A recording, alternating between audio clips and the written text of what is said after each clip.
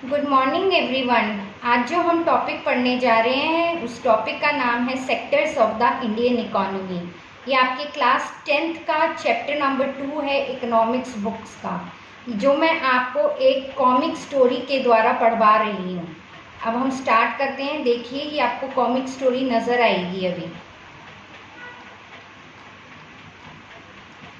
तो ये जो चैप्टर है इसमें हम sectors of the Indian economy, basically 3 sectors हैं आपके, primary sector, secondary sector and tertiary sector. और ये एक दूसरे पर कैसे डिपेंड हैं।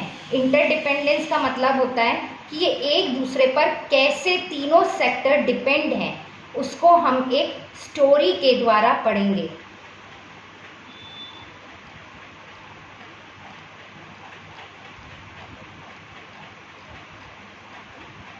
तो चलिए, सबसे पहले जो हमारी स्टोरी स्टार्ट हो रही है that starts from primary sector. अब इसमें आप 2 लोगों के बारे में देखेंगे, that is Sheela, and Sheela के हस्बैंड का नेम है राम। तो अब हम स्टार्ट करते हैं स्टोरी।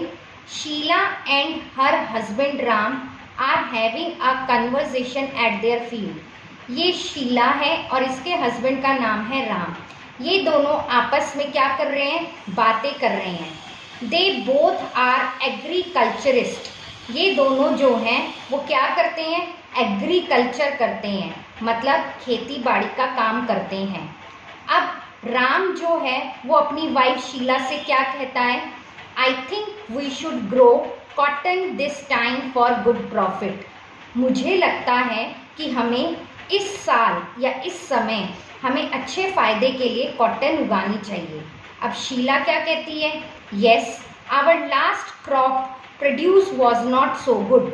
जो हमने पिछले साल उगाया था वो फसल इतनी अच्छी नहीं हुई थी, तो ठीक है, हम कॉटन ही अपने खेत में उगाएंगे। अब देखिए स्टोरी में आगे क्या होता है। For this we need to purchase HYV seeds. Sheela कहती है इसको करने के लिए हमें HYV सीड्स परचेज करने पड़ेंगे। अब what is HYV seeds? HYV seeds are used to increase the productivity of crops. किसी भी फसल के उत्पादन को बढ़ाना, उसे हम किसके द्वारा बढ़ा सकते हैं, HYV सीड्स का इस्तेमाल करके।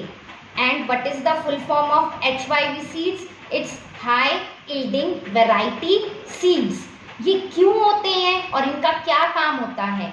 अगर आप कोई भी फसल उगा रहे हैं और उसमें इन सीड्स का इस्तेमाल करते हैं तो आपके जो भी फसल है उसका प्रोडक्शन 10 गुना बढ़ जाता है। इस वजह से ये अपने हस्बैंड राम से कह रही है कि हम अपनी फसलों में HYV सीड्स का इस्तेमाल करेंगे। अब राम क्या कहता है, along with HYV seeds we also needs to purchase good quality fertilizers।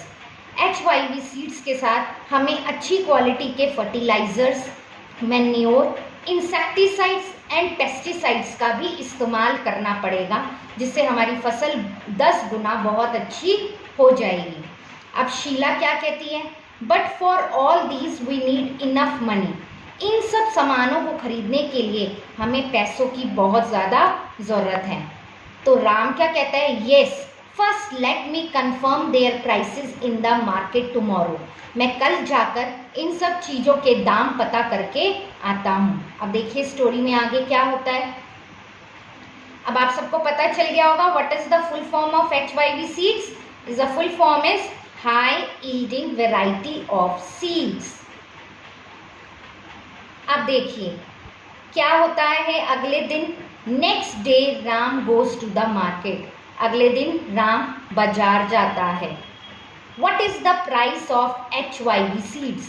वो दुकानदार से पूछता है HYV सीड्स का प्राइस क्या है।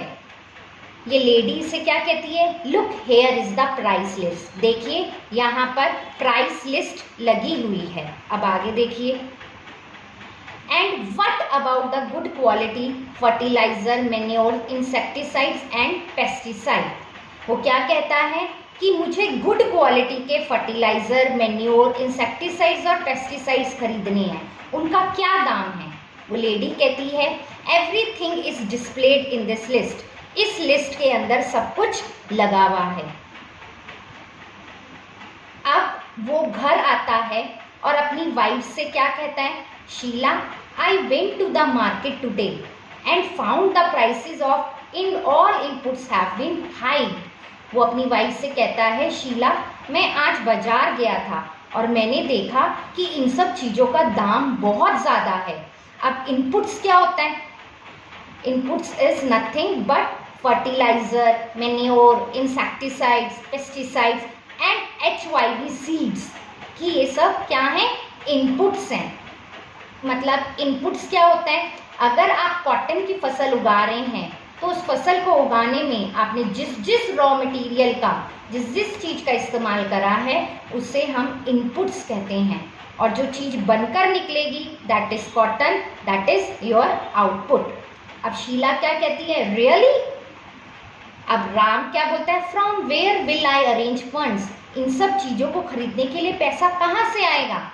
शीला क्या कहती है, I think you should talk to your friend about this, मुझे लगता है तुम्हें इसके लिए अपने दोस्त से बात करनी चाहिए। अब वो शाम जो है, राम शीला का हस्बैंड, वो अपने फ्रेंड से फ़ोन पर बात करता है, hello dear I need credit for crop production. वो क्या कहता है, हेलो डियर मुझे पैसों की ज़रूरत है फसल उगाने के लिए। Here credit means money, here credit means money. Okay you can take credit from the money lender of your village. वो क्या कहता है उसे, तुम अपने गांव के किसी जमींदार से लोन पर पैसा ले सकते हो, उधारी पर पैसा ले सकते हो। अब conversation between Ram and Sheela at home. Ram अपनी वाइफ को बताता है कि उसने क्या बात करी। I think it is not safe to take credit from the money lender. Sheela कहती है, मुझे नहीं लगता कि तुम्हें अपने गांव के किसी जमींदार से पैसा उधारी पर लेना चाहिए। Then the only option is to take credit from the bank. तो हमारे पास एक ही तरीका बचता है लोन लेने के लिए, तो उसके लिए हमें बैंक से लोन लेना पड़ेगा। अब अगले दिन देखिए क्या होता है स्टोरी में। Next day Ram goes to the bank for loan. Ram क्या करता है, लोन लेने के लिए कहाँ जाता है, बैंक में। अब क्या होता है देखिए, ma'am I want credit of ₹10,000। Ram क्या कहता है बैंक मैनेजर से, मुझे 10,000 रुपीज़ का लोन चाहिए। अब बैंक मैनेजर क्या कहता है, sir for this you have to show me a guarantee account detail for credit worthiness.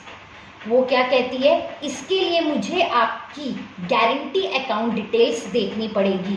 आप ऐसी किसी से तो लोन पर पैसा नहीं ले सकते ना। अगर आपको बैंक से लोन लेना है तो आपको बैंक को कुछ एज अ गारंटी कोई चीज़ रखवानी पड़ती है, जिसे हम कोलेट्रल कहते हैं। मतलब बैंक ऐसे ही आपको लोन नहीं दे देता, उसके लिए आपको कोई गारंटी देनी पड़ती है। अब देखिए आगे स्टोरी में क्या होता है।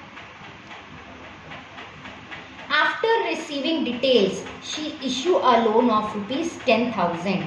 राम जो है अपने सारी डिटेल्स जो होता है वो इन्हें दे देता है और इन्हें बैंक जो है 10,000 रुपीज़ का लोन दे देता है। Okay I will provide you my friend detail. वो कहता है ठीक है, मैं आपको पूरी गारंटी देता हूँ कि मैं आपका लोन का पैसा चुका दूंगा। तो बैंक मैनेजर क्या कहती है, थैंक यू। अब हम कुछ क्वेश्चंस करें इससे रिलेटेड। तो ATM is an example of dash sector. Who will tell me?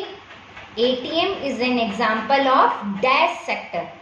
ATM is an example of service sector. अब आप मुझसे पूछेंगे कि सर्विस सेक्टर क्या होता है। सर्विस सेक्टर का मतलब होता है, मैं आपको एक एग्जाम्पल से बताती हूँ। जैसे मैं आपको पढ़ा रही हूँ तो मैं आपको क्या कर रही हूँ, सर्विस दे रही हूँ। आप मेरे ब्रेन को छूकर नहीं देखेंगे। सर्विस सेक्टर के एग्जाम्पल होते हैं बैंक, होटल, रेस्टोरेंट्स। वो आपको क्या करते हैं, सर्विस देते हैं, और जिसके लिए आप उन्हें पे करते हो। ऐसे ही नहीं आपको वो अपनी सर्विस दे देते। अगर आप सिनेमा हॉल में मूवी देखने जा रहे हो तो उसके लिए भी वो आपको क्या दे रहे हैं, सर्विस दे रहे हैं। तो एटीएम क्या करता है, आपको अपनी सर्विस देता है।